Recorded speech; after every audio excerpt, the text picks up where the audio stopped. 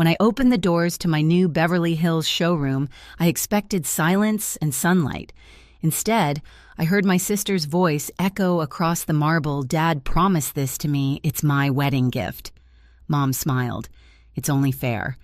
They were standing in the space I'd built from 15 years of work planning a wedding that wasn't mine in a place I owned. I didn't shout. I just smiled because they had no idea what I'd already prepared. Before I tell you what happened next, ask yourself this. What would you do if your own family tried to steal your life's work? I wasn't born into wealth. The Crawfords had comfort, steady jobs, a decent home, but not the kind of money that built dreams in marble and glass. That came later after years of me sketching dresses on grocery receipts and staying up till 3 a.m. sewing under a flickering kitchen light. While other kids spent their summers at the lake, I spent mine learning pattern cuts from thrifted gowns. By 25, I was designing for a luxury house in New York. By 35, I'd left to start my own line, Rebecca Atelier, a brand that believed elegance didn't have to scream to be seen. The showroom was supposed to be my victory lap. 3 floors of glass, ivory, stone, and soft light right in the heart of Beverly Hills. Every inch of it carried a piece of me, the hand-carved oak counter, the gold stitching on the curtains, the scent of sandalwood and clean cotton I'd chosen to calm nervous clients. I wanted it to feel like power and peace could coexist in one place. And after years of proving myself in boardrooms filled with men who thought fashion was frivolous, I'd finally done it. But family never let me stay in peace for long. Rachel, my younger sister, was the opposite of everything I'd had to become.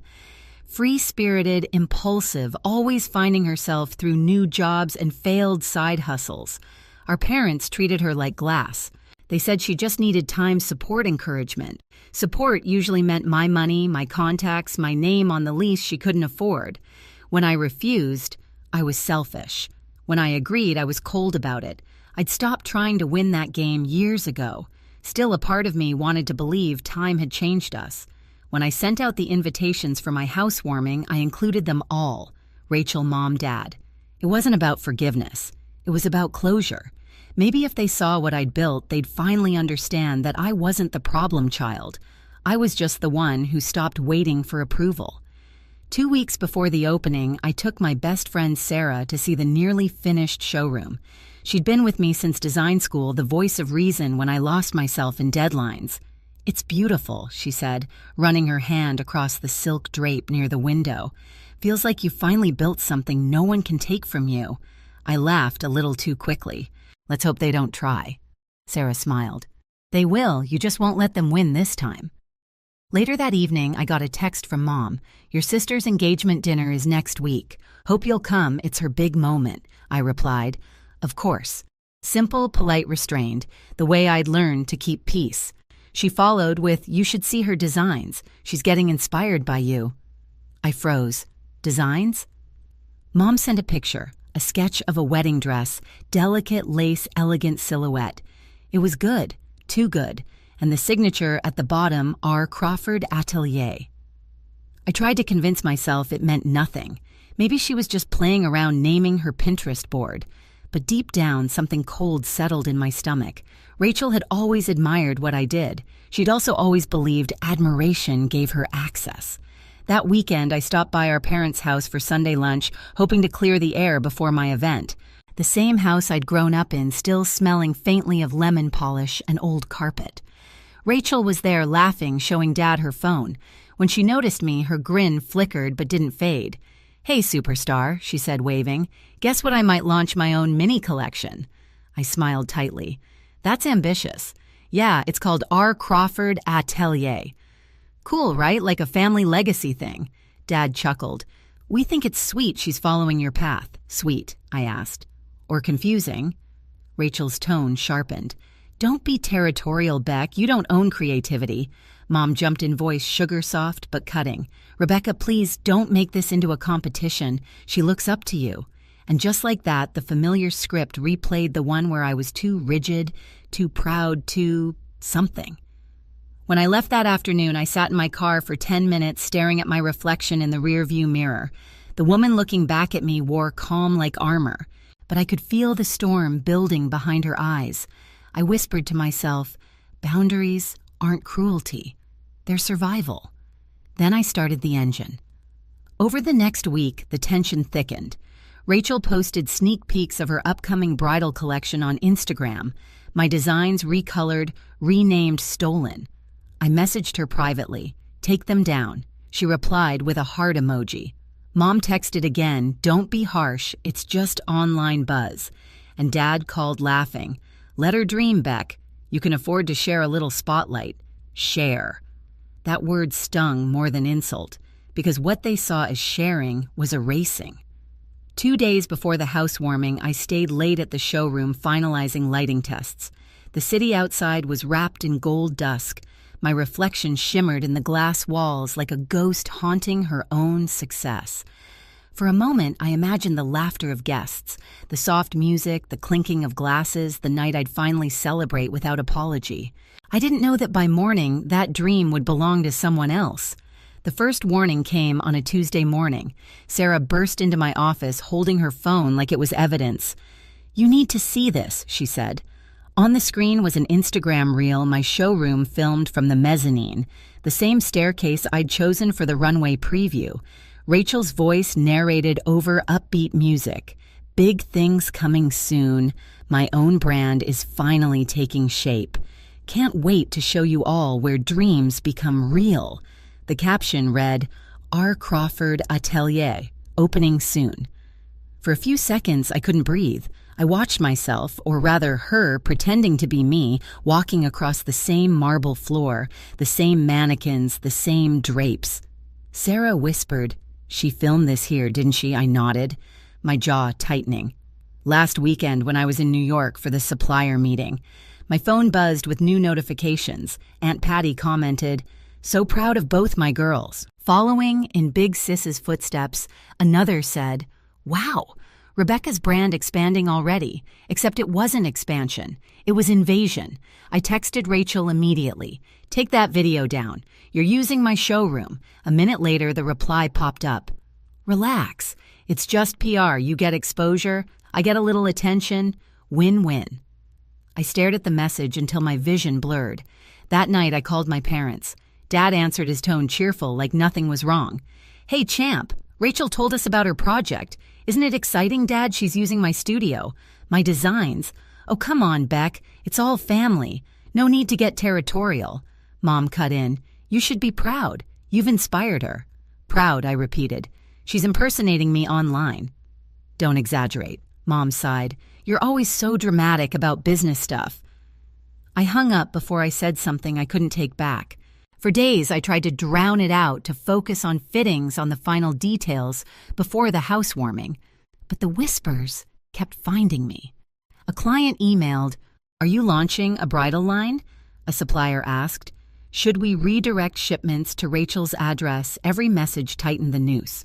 On Friday, I found an envelope on my desk, no stamp just slid under the door. Inside was a printed proposal joint venture agreement. Rebecca Atelier K.R. Crawford Atelier. My name was there. My signature, too. Except it wasn't mine.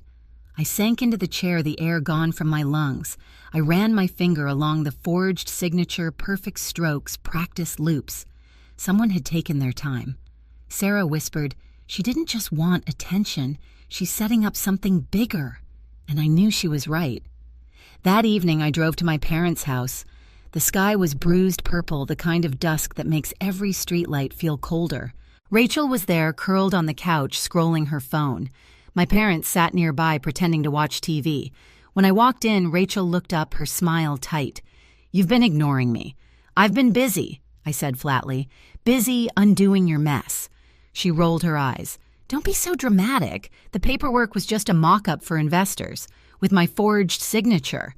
She shrugged. Technicalities. Dad's voice cut through the room, deep and measured. Girls, this is not worth fighting over. Rachel's just trying to start her future. You've had yours. That sentence hit like a slap. You think success is a pie I took too much of? I asked. Mom said softly, your sister's getting married, Rebecca. She needs stability. I laughed sharp bitter. So stability means stealing mine. Rachel stood up defiant. You've always made everything about you. You got the career, the house, the name. You can't let me have one thing. One thing, I said quietly. That one thing is my life's work. She crossed her arms.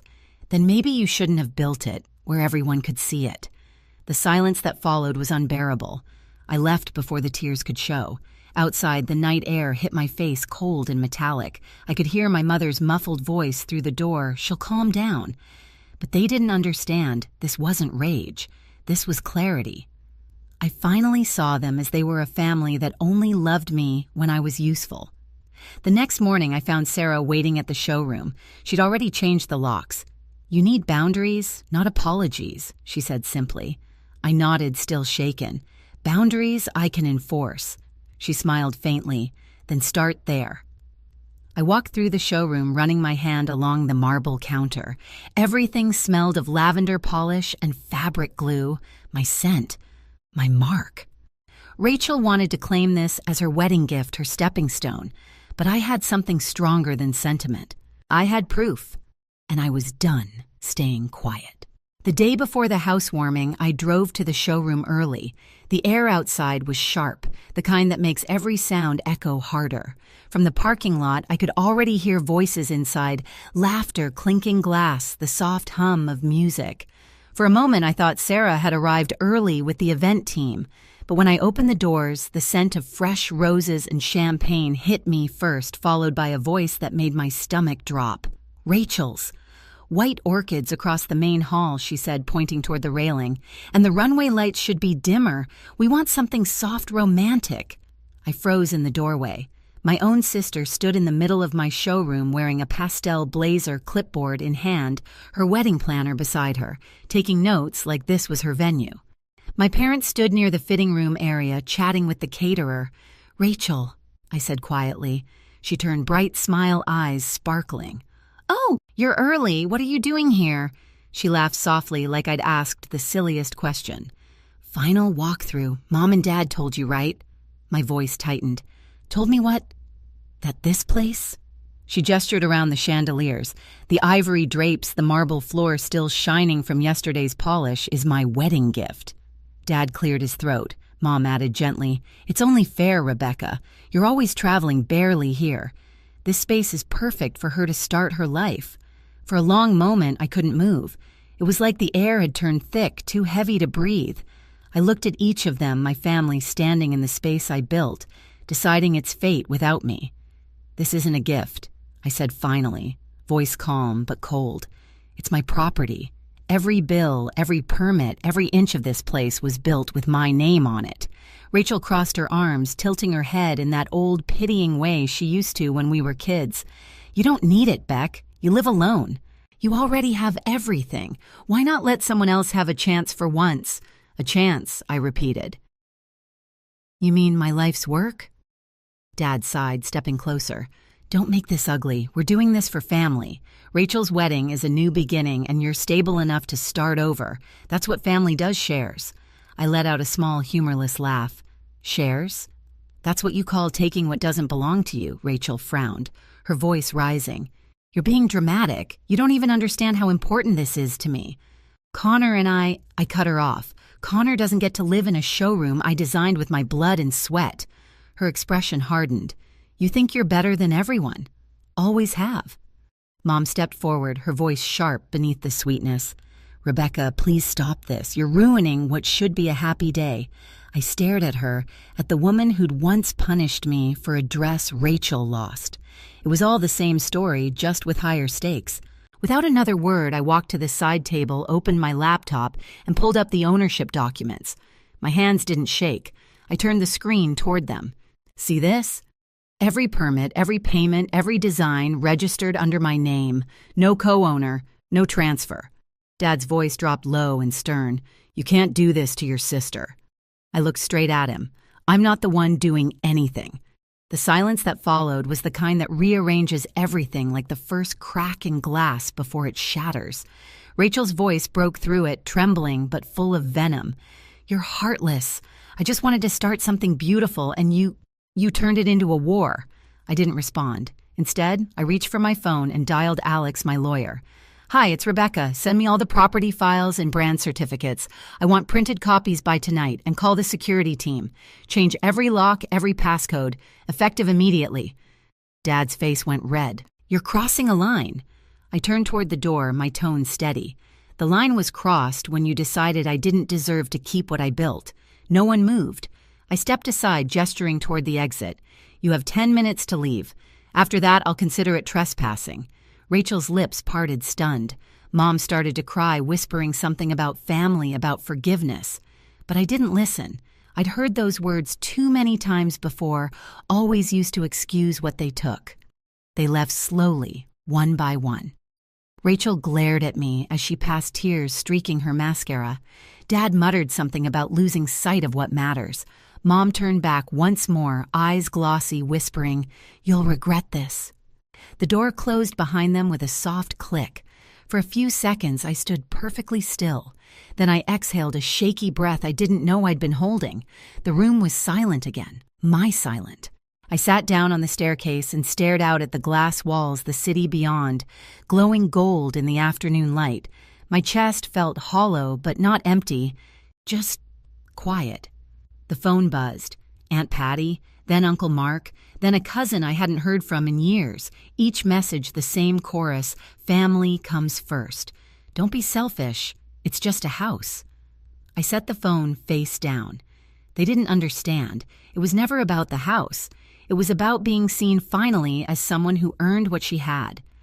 Outside, the sun began to dip behind the skyline, painting everything in amber. I stood, straightened my blazer, and whispered to the empty room, "If proof is what they need, then proof is what they'll get."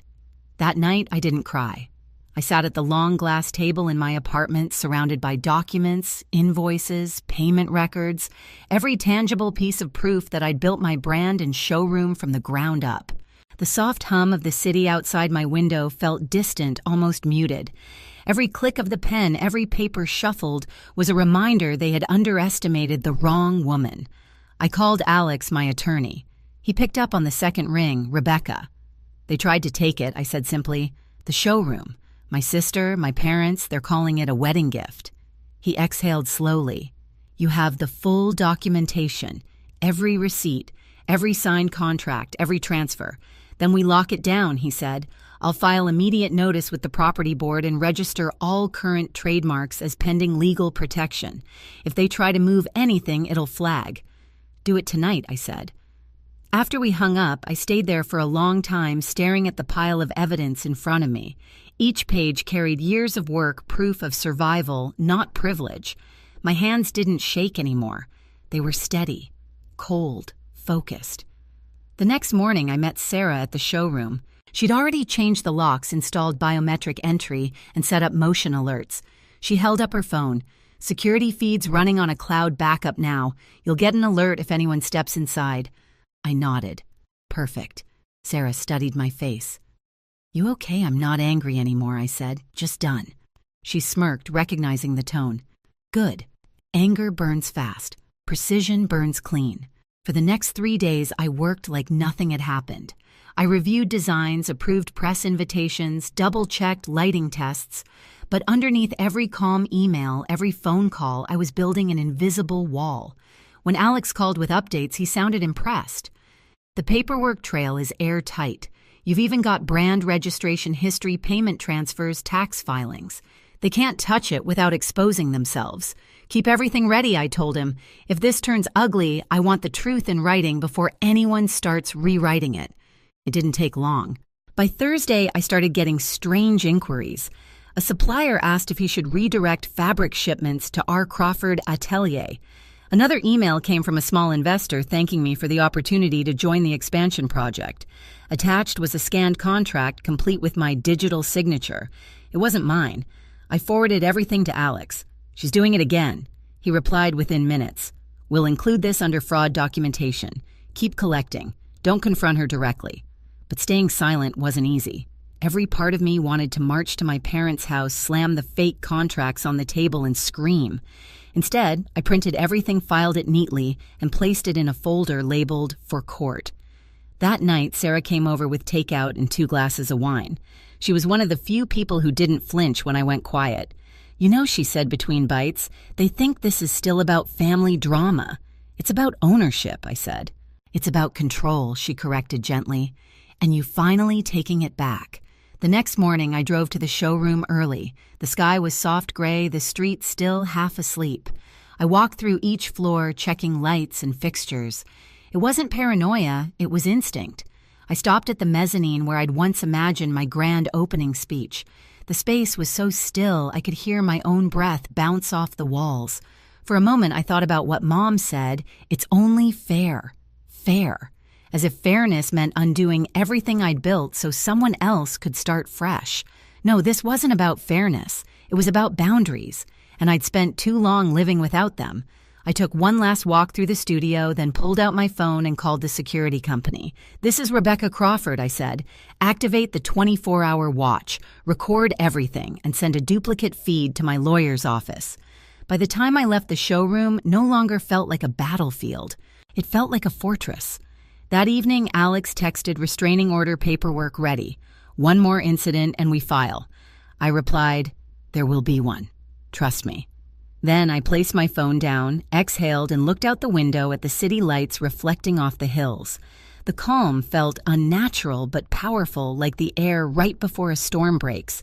And deep down, I already knew the next time Rachel stepped foot in my showroom, it wouldn't end quietly. I woke before dawn, the city still awash of gray and blinking taillights. The alert hit my phone at 6:12 a.m. Motion detected main hall, 8 subjects. I was already dressed when the second alert came in with a live still.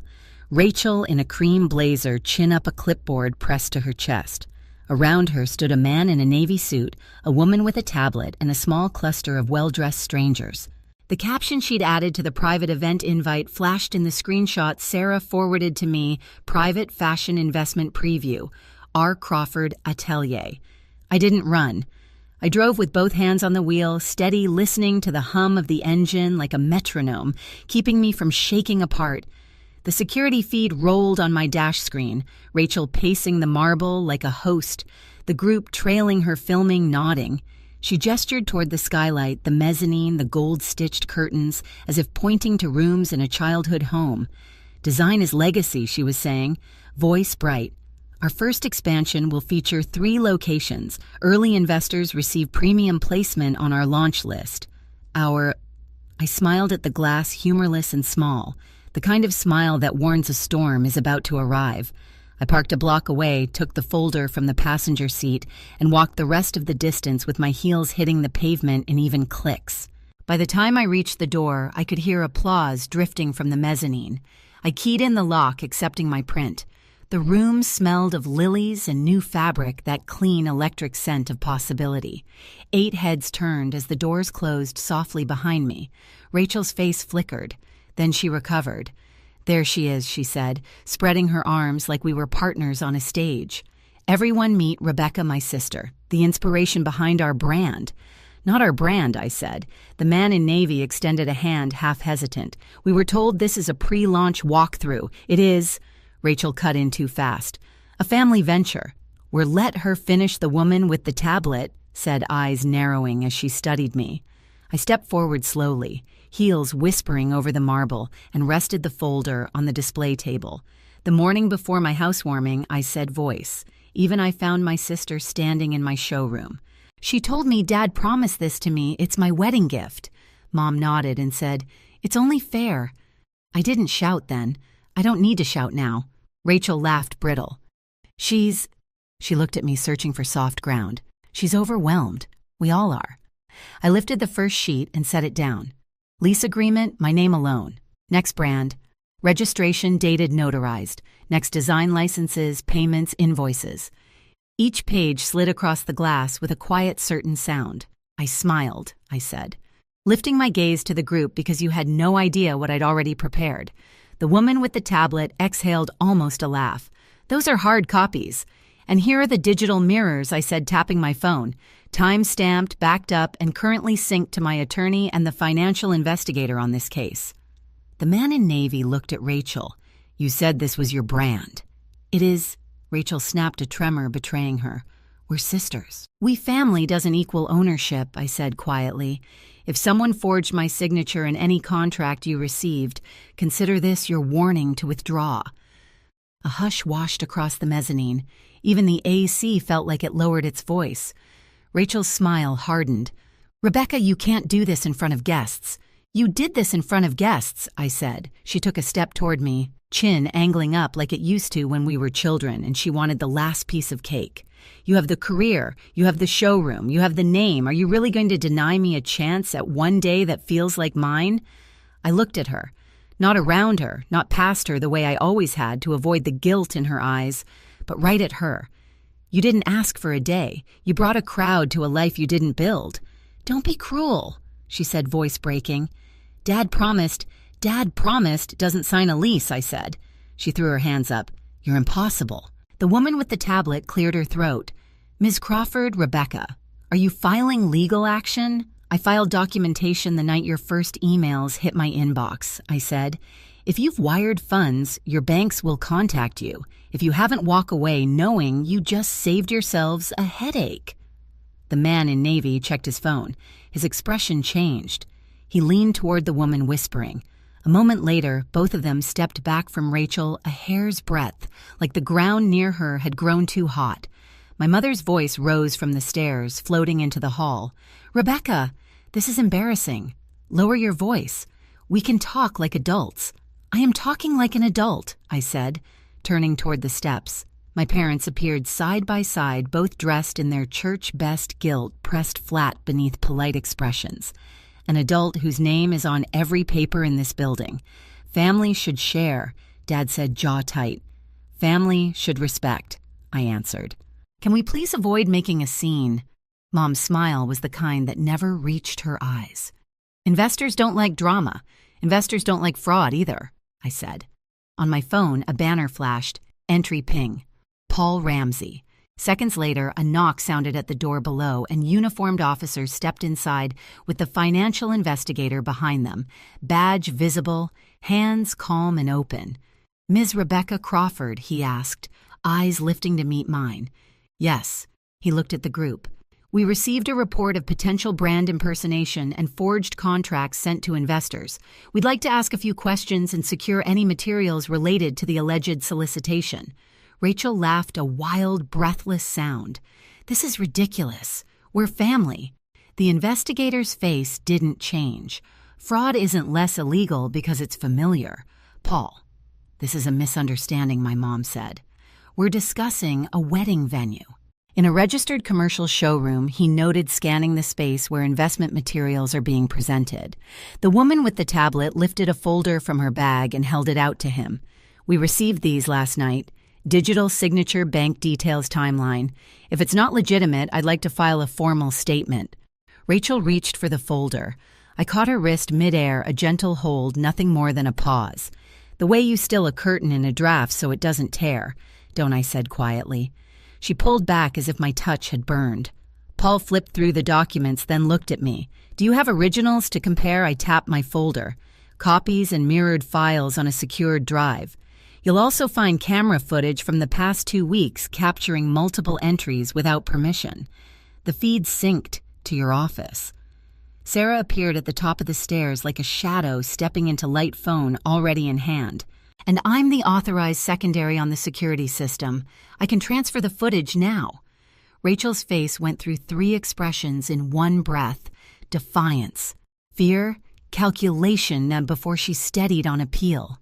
"Beck, please," she said, voice softening, reaching for a script that had saved her 100 times. "We're sisters."